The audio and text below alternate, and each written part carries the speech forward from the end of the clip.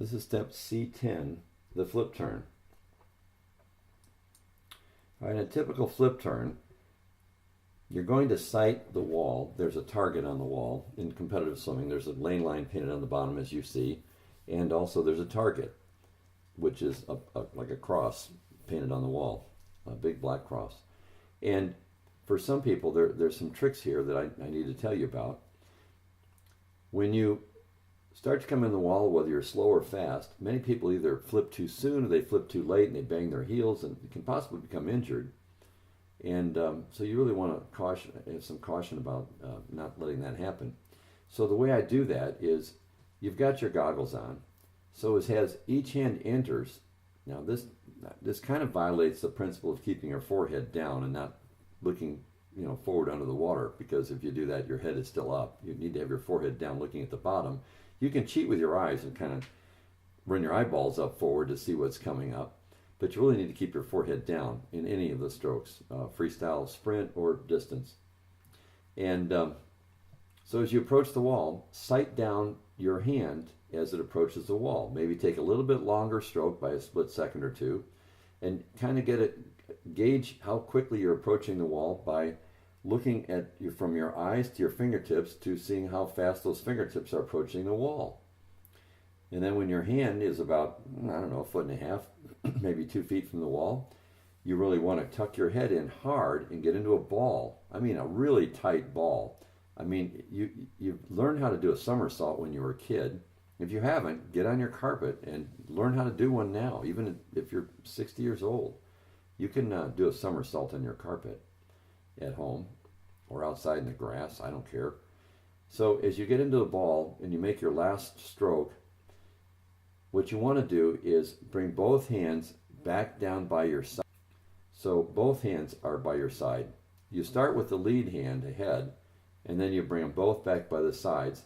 And as you do that, and your head starts to flip really hard in getting into a ball, what happens is both hands are now trailing behind you at your waist.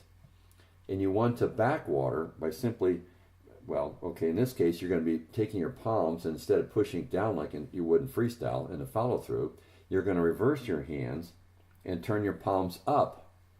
And you're going to basically bring your face to your hands. So when you backwater your hands, I'm talking about exerting upward pressure. So as you're flipping over, essentially you're upside down. So you're really putting your pressure with your palm flat going directly towards the bottom. And that helps to initiate you getting into a ball. And as that happens, and your face goes around and you're over and you're in a ball, now your hands will end up directly in front of your face. And what the pros are doing now, like the Olympians, they'll extend those hands out in front, well out in front, after they do the flip, so that their hands are already fully extended, and it's no problem then for the feet to hit the wall very quickly and to get into that streamlined position with your head down between your arms so that you feel your ears tucked in tight on your upper arms. If you don't feel that, you're not squeezing tight enough. You have to have one hand on top of the other. You cannot push off with your hands side by side.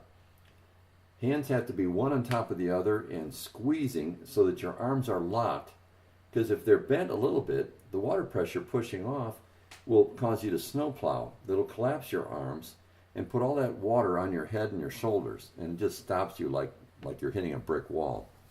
Whereas if you're already streamlined, because your hands are already way out in front of you, already ready to go, it's no problem. As soon as the balls of your feet rotate over in that tucked position, they're ready to contact the wall, but your upper body has already gotten into a streamlined position. And so, again, get the feel of that. You can do one or two in slow motion so that you know that your hands are fully extended out in front of you before you do the push-off. But still tuck really hard and try to get a rotation as quick as you can by doing the backwater with your palms. And you get the feel of it pretty quick.